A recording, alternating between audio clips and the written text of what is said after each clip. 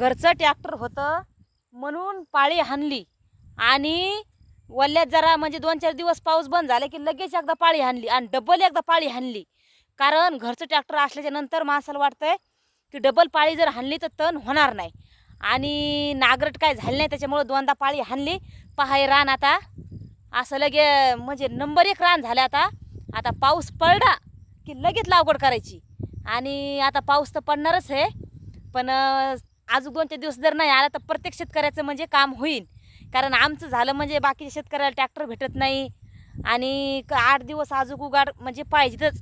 कारण कसं आहे शेतकऱ्याचं सगळ्या शेतकऱ्याचं काम काही आवरलं नाही आणि ट्रॅक्टर भेटल्याशिवाय पाळी झाल्याशिवाय काडी कचरा येता येत नाही. त्याच्यामुळं 2-3 दिवस तरी पावसानं येऊ नये. सगळ्या शेतकऱ्याची संगच पेरणी व्हावं आणि संगच पेरणी झाल्याच्यानंतर सगळ्याला सारखा उतार यावा. कारण शेतकऱ्याची लय मरमर असती. त्याच्यामुळं थोडा लेट का होईना पण पाऊस 8 दिवस जर नाही आला तर खास सगळ्याचेच लगेच शेतीतले कामं आवरतात.